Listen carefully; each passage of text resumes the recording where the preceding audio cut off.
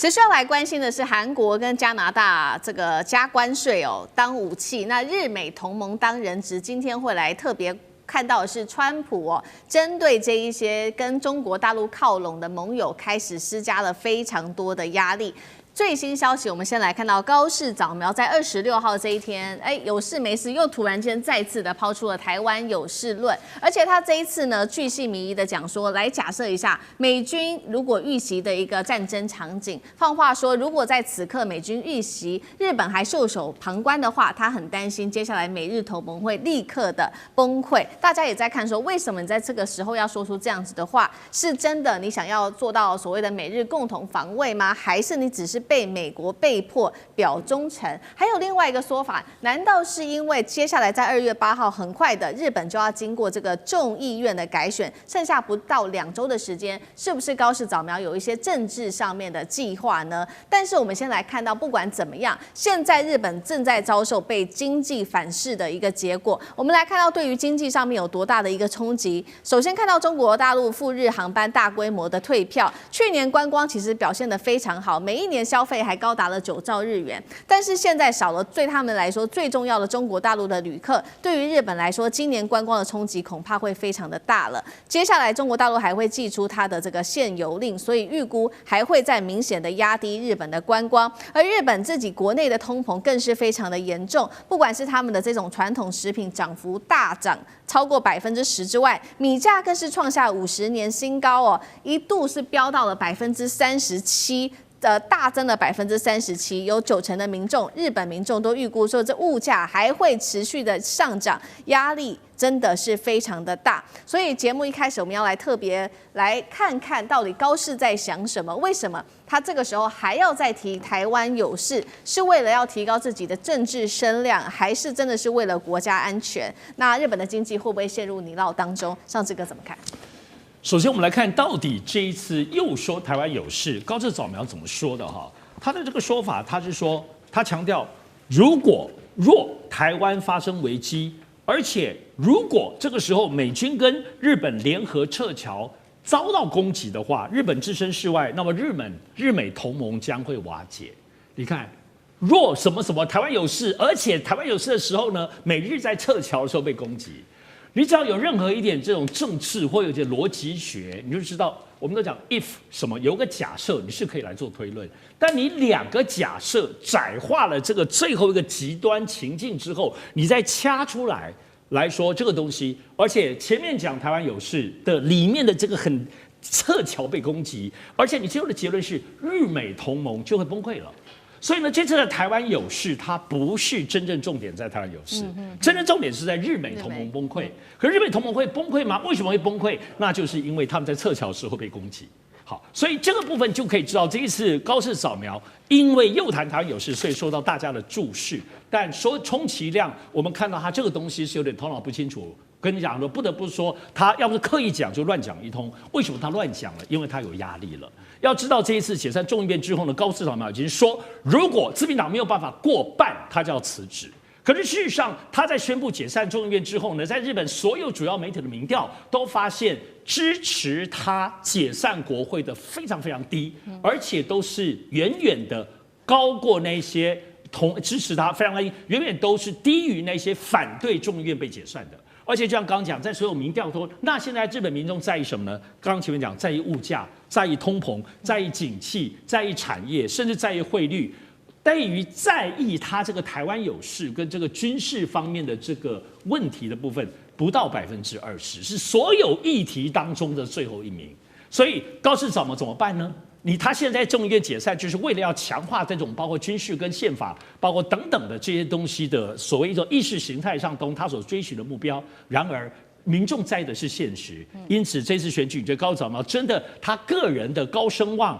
而且这次他一宣布的时候，他就立刻跌10%，对。而且现在每一天下去，到最后投票之前，会不会一直跌下去是有可能的。所以他压力之下，就像我们在台湾说芒果干一样，他也拿出这个极端性的部分东西。所有国际地缘政治被拿来运用的，基本上都是为了国内自己的选举。这个不是对于国际间公开发言，只是透过这些敏感性的发言，要来收拢他自己国内当中的选票而已。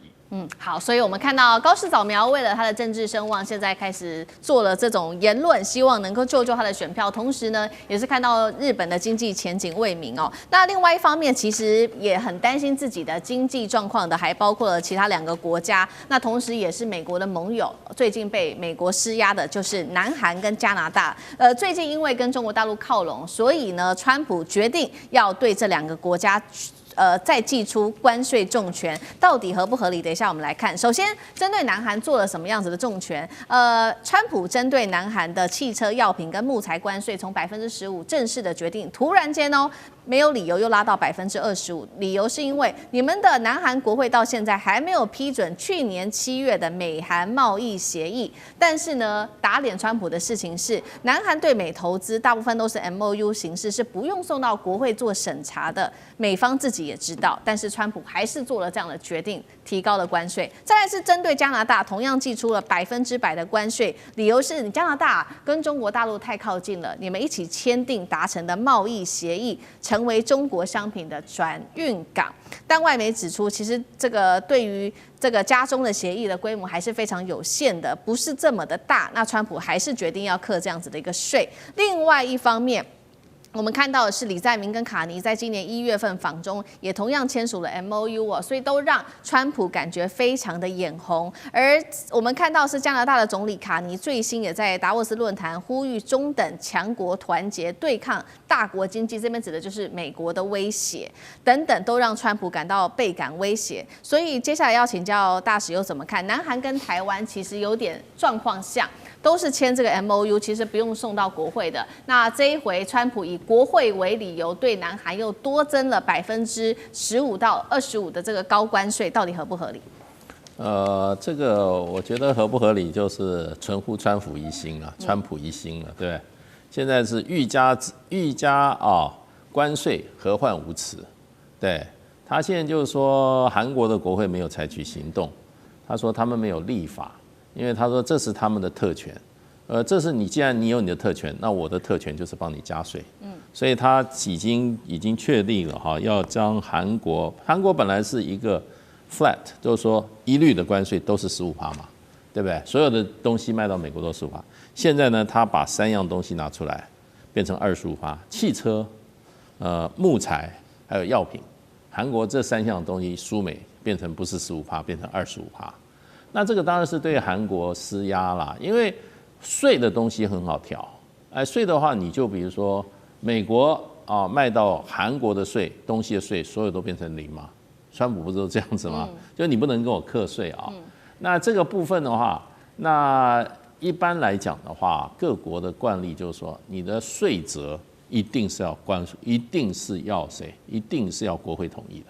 税则的这个地方不难啊。